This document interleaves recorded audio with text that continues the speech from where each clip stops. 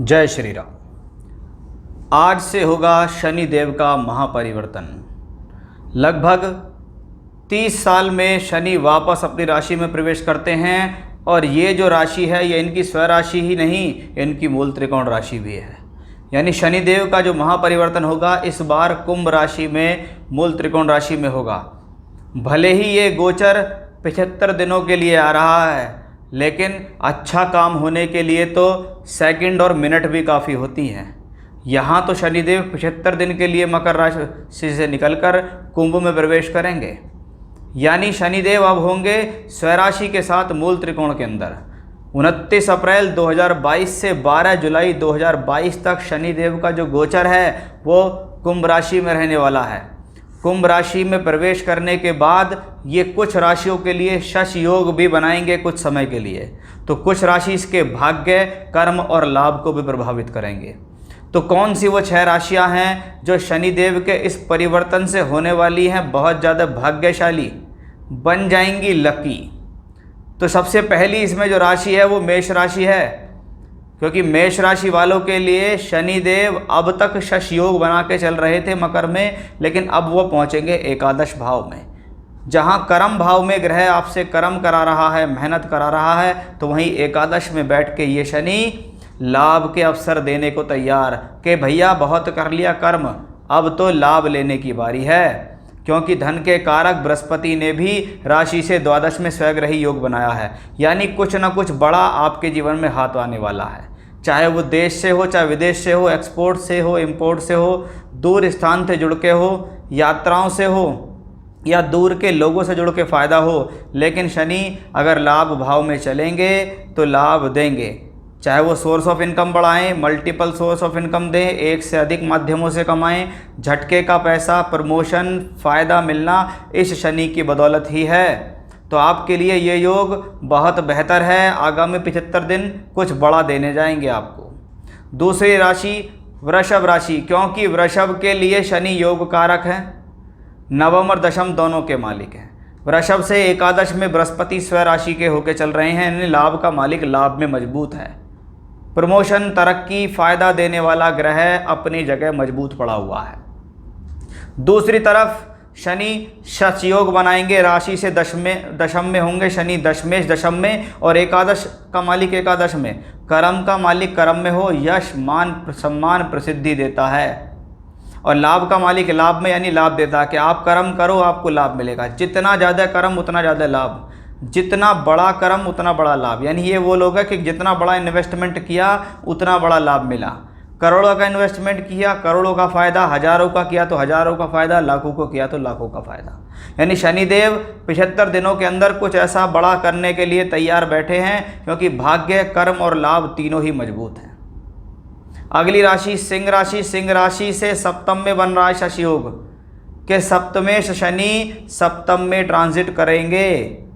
कि सप्तम भाव अगर राशि से सप्तम है तो चौथे से चौथा और दशम से दशम भी है। यानी भूमि, जमीन, जायदाद का सुख देने के लिए तैयार, या कोई बड़ा काम प्रॉपर्टी से संबंधित देकर जाएंगे आपको शनि, क्योंकि शनि का काम है काल का।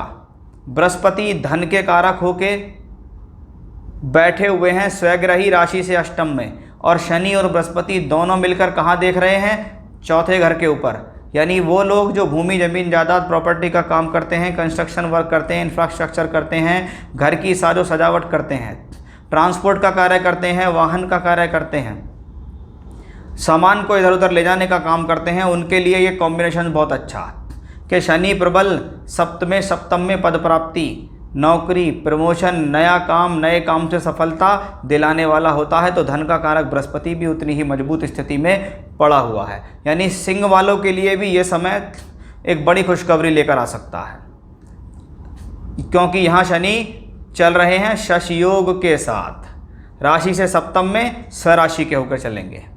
अगली राशि वृश्चिक राशि। आपकी राशि से धन के मालिक यानी दूसरे घर के मालिक बृहस्पति पंचम भाव में पंचमेश बृहस्पति धन के कारक होकर प्रबल कि भैया धन का डिपार्टमेंट तो सिक्योर। अब आया है चौथे का मालिक चौथे घर में, राशि से चौथे घर में शश योग बनाएंगे शनि, और ये शश योग फलित होगा चौथे घर के रिजल्ट देगा, क्योंकि शनि चौथे में चले हैं।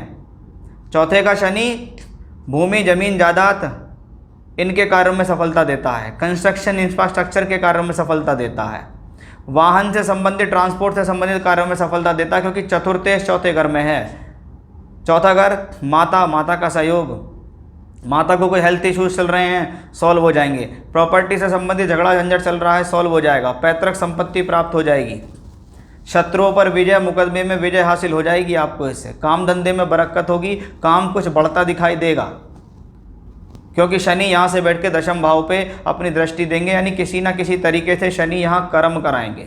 मेहनत कराने का काम शनि का है, इसमें कोई संदेह नहीं, लेकिन कर्म कराने के लिए भी बिल्कुल तैयार बैठे हैं यहाँ शनिदेव। तो शनि और बृहस्पति की ये जुगलबंदी आपके लिए बेहद लाभकारी होने वाली है। अगली राशि है मकर राशि। साढ़े साती के दूसरे चरण से मुक्ति मिलेगी। कुछ समय के लिए शनि राशि से दूसरे घर में जाएंगे, यानी दूसरे का मालिक दूसरे घर में। धन का मालिक धन के भाव में जाए तो भैया धन ही तो देगा, पैसा ही तो बढ़ाएगा, पैसे में वृद्धि ही तो करेगा।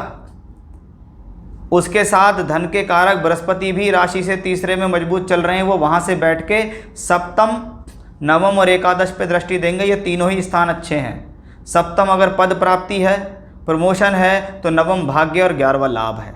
तो वहीं शनि का संबंध दूसरे से बैठ के लाभ भाव पे दृष्टि देगा शनि, 10वीं दृष्टि। इसका मतलब कर्म बढ़ेगा, लाभ बढ़ेगा, पैसा बढ़ेगा, कुछ नए अवसर मिलने शुरू होंगे।